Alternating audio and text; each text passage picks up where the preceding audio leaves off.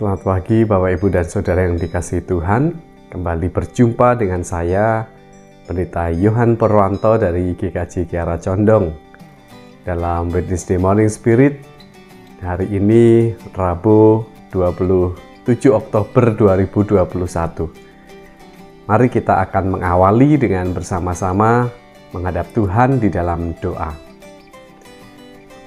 Ya Tuhan, bersyukur atas kesempatan di pagi ini, dan sebelum kami mengawali aktivitas kami, menjalankan aktivitas kami, biarlah firman Tuhan menerangi dan meneduhkan hati kami, sehingga kami boleh mendapatkan hikmat dari-Mu sebagai dasar dalam kami akan melakukan berbagai aktivitas di hari ini, khususnya adalah berguna untuk keluarga kami.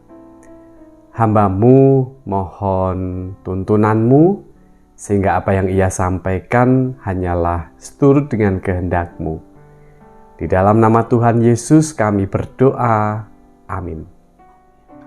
Masih dalam seri pemulihan keluarga, dan saat ini kita akan mendalami relasional di dalam keluarga.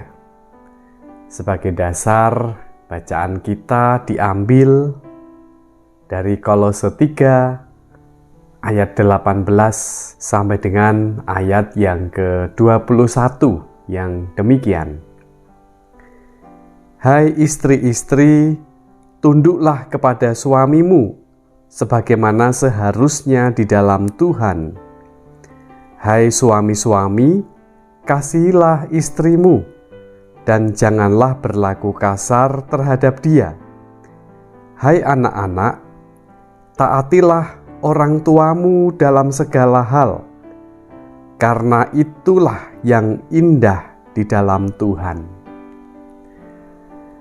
Satu prinsip yang paling penting di dalam menjalin hubungan relasional di dalam keluarga, baik itu suami istri, orang tua dengan anak, itu adalah jangan mau hanya dipahami,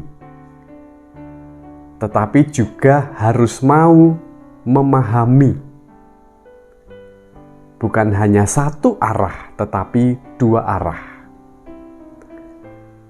Godaan terbesar di dalam kehidupan manusia adalah dirinya ingin dipahami. Jadi hanya satu arah. Apa jadinya jika seperti itu? Satu pihak harus dipahami, pihak lain harus memahami terus-menerus.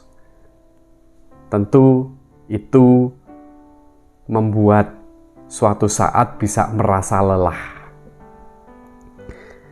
Contoh di dalam bacaan kita memberikan contoh yang sangat jelas.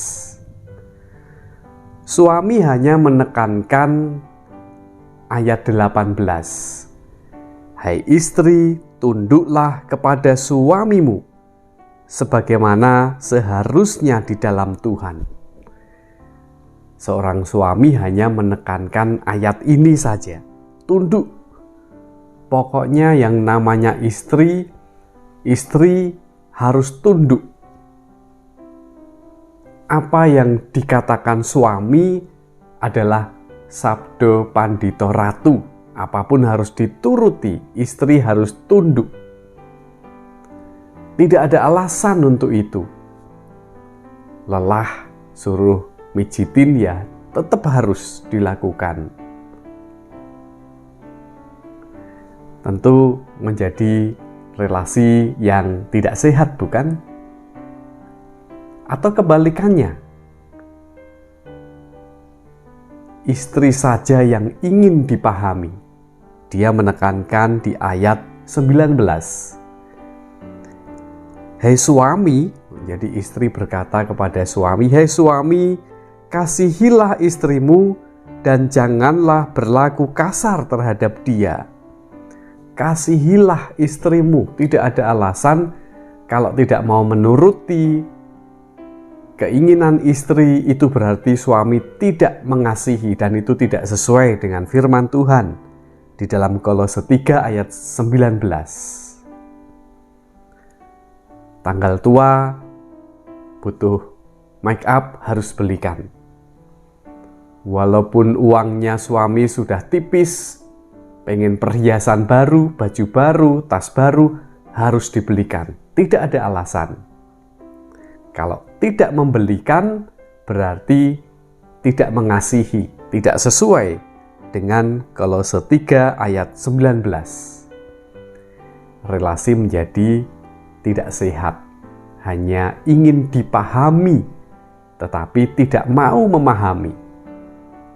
Demikian juga situasi-situasi tertentu, pergumulan karena usia yang bisa jadi membuat kepribadian seseorang itu berubah. Semestinya harus saling memahami. Demikian juga relasi antara orang tua dengan anak.